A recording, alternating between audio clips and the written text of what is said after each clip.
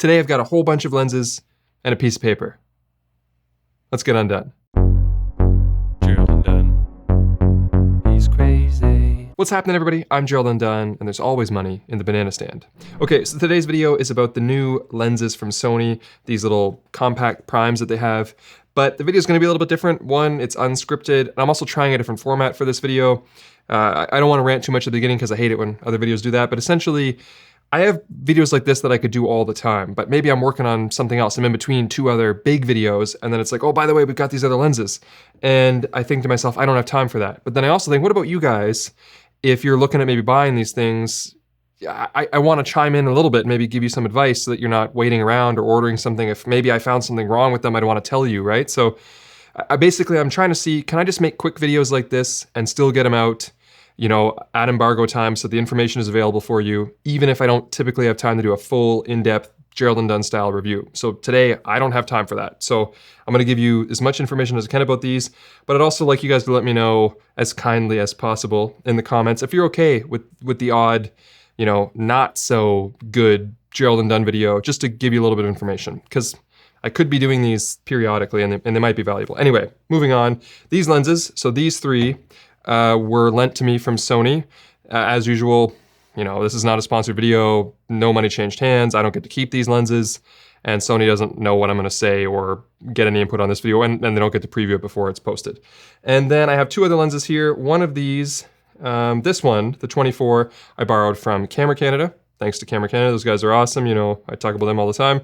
And then this one was actually lent to me by Sigma themselves. So thank you, Sigma, for that lens. So there's still two other lenses, and the Sigma ones aren't new. Only the Sony ones are. But I figured since they're somewhat similar, I would grab a couple Sigma lenses too and give a bit of a comparison. Sony's got three new lenses. They got the 24, the 40, and the 50 mil. So the 40 and 50 mils you can see are very similar, and then the 24 is a bit smaller. So looks like that, but they're all very small. And I think what Sony really wants me to do, to show you, is with their A7C, got the straps on there, is just how, you know, how compact this system could be. These are full frame lenses, and this is a full frame camera now. So this is the idea of like, look how small this entire full frame system is. I think that's generally the idea. Similar to Sigma with their little lenses and the Sigma FP. The apertures are 2.8 for the 24, and then both the 40 and the 50 mil are 2.5s. Now, price-wise, all three of these are the same price at $599 US. Sigma has different lenses. There's only one that's the same, and that's the 24.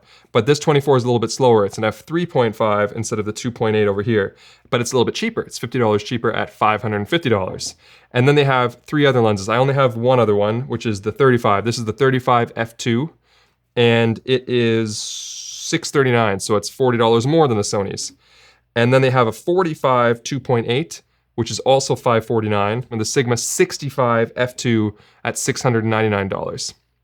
So they're all kind of in the same price point, but there's really no perfect comparison between any of these lenses. All the Sony filters are smaller. These are both 49, 49. The build is exactly the same. The filter diameter is exactly the same at 49 millimeters.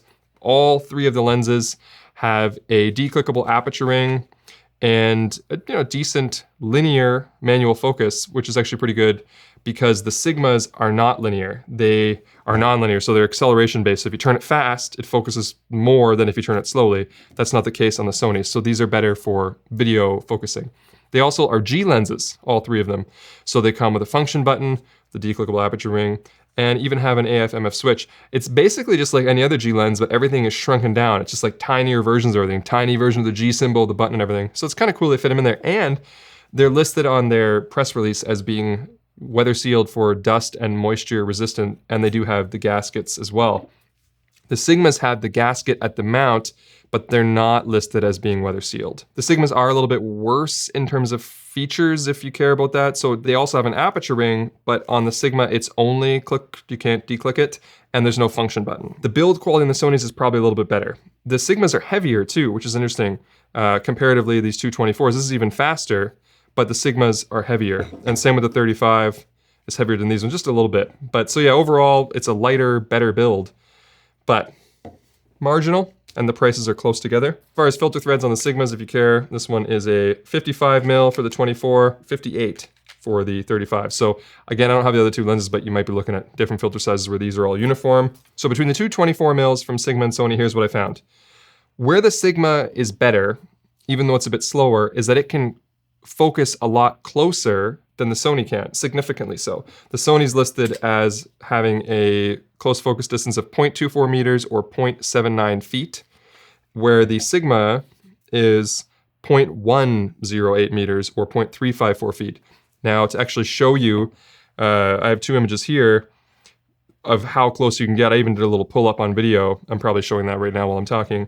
And you can get significantly closer on the Sigma than you can on the Sony. So if that's important to you, there's a big difference there. This 24mm Sony has a couple issues that the 40 and 50mm don't have, but again, I was comparing them directly. For some reason, this 24 is extremely distorted with lens corrections turned off. Usually when I take these sample images, lens corrections are turned off. Now, if I took JPEGs, the in-camera corrections would be applied, but in post, dealing with RAW, Lightroom doesn't have profiles, so they don't work. So if you compare a RAW image to a JPEG image, the 24mm uncorrected is just crazy distorted, where the Sigma is a lot better.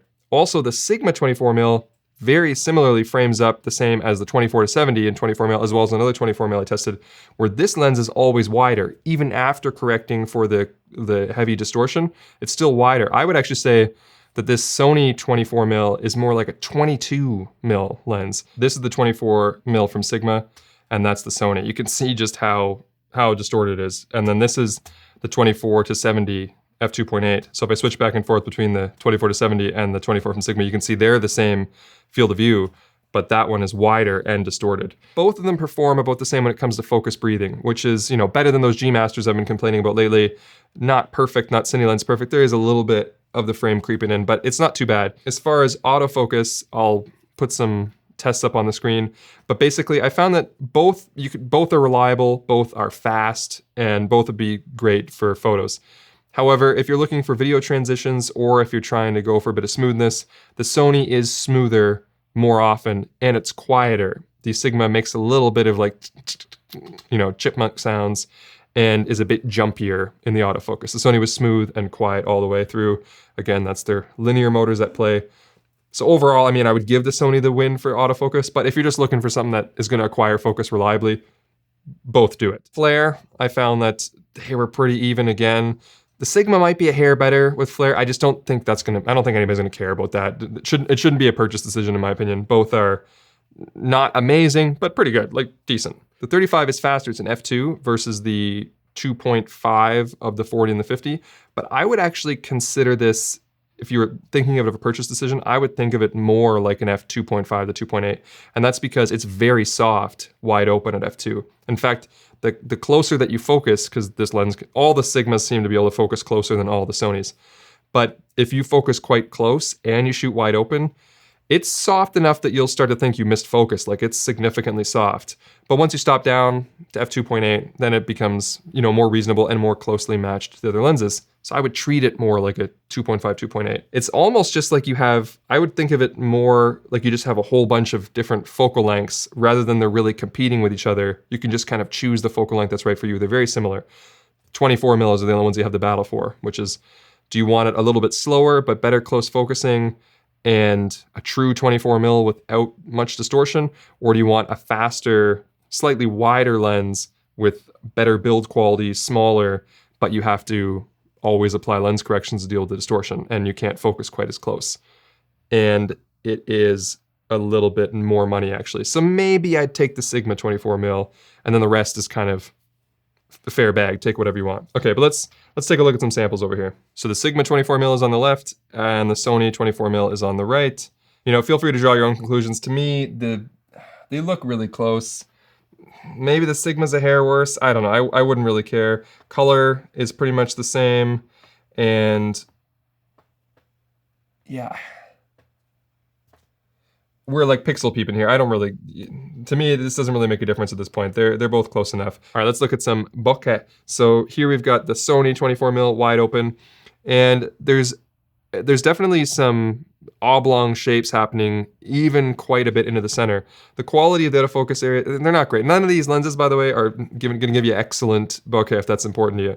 You know, there's a lot of texture inside. Some have onion ring. They've got that that membrane look, like we're looking at cells here. Now, if we stop down a little bit to try and round them out, you can see the iris blades on pretty much all of these, and it's kind of weird in the corners too, but maybe you're into that. Now, if we compare that to the 24 from Sigma at 3.5, it too definitely, you know, has some weird shapes going on over on the edge there, and again, busy bokeh. There's a lot of like little grit in them, but maybe a little bit more rounded sooner into the center.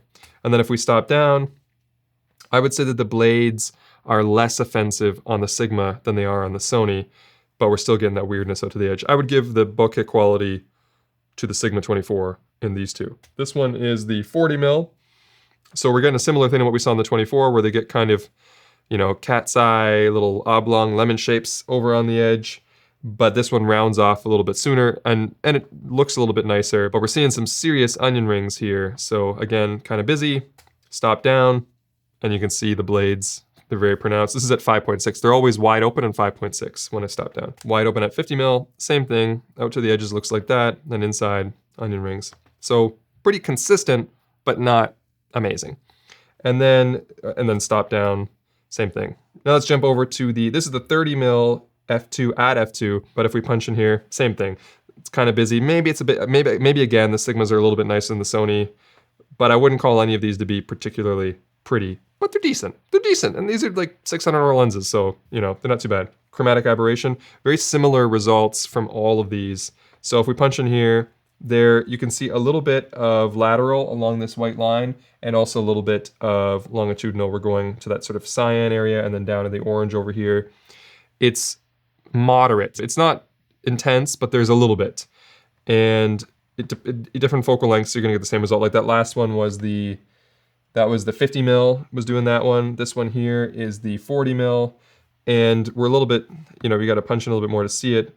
Maybe it's not as bad on the 40, but you can still see it. It's colored up here and a different color down there and a little bit across. And on some of the wider lenses, it doesn't look as bad because we're punched out, but if you pull in and look here, you can still see it there. So they all have a similar amount. This one, by the way, was the Sony 24 mil. This one is the Sigma 24 mil. And it still has it too. Maybe a hair less aggressively, but I can still see it on both ends. So it's nothing to worry about if you're shooting like this. Like if you're shooting wide, I don't think it's gonna be a big deal, but it does exist. But for the price, I think that's a reasonable amount of fringing to accept. And then over here, I did some sharpness tests overall. This one is to show you a bit of the distortion. This is what the 20 mil looks like. Actually, I have a really extreme version of that you might find entertaining. Look at the distortion. It looks like it's like 3D, it's crazy. But all the other lenses you can see are much better. And then here's something that I got asked to do in the previous video. They asked if I could, when dealing with like curvature of the field or of optical elements, if I could focus both in the center and in the corner and make sure that they sharpen up in case you wanted to put your subject on the corner. And I'm gonna do it with the 24 because it's really distorted. I think it'll be the best case for it, but you should be fine.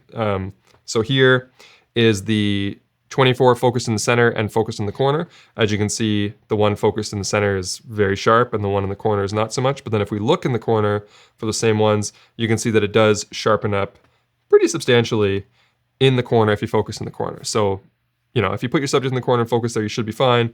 But if you put your subject in the corner and focus in the center, you might experience some problems. This next batch is kind of boring, so I'm just gonna flick through it. But basically, these are the different lenses focused, and I'm gonna jump through. So this one is the 24 f2.8.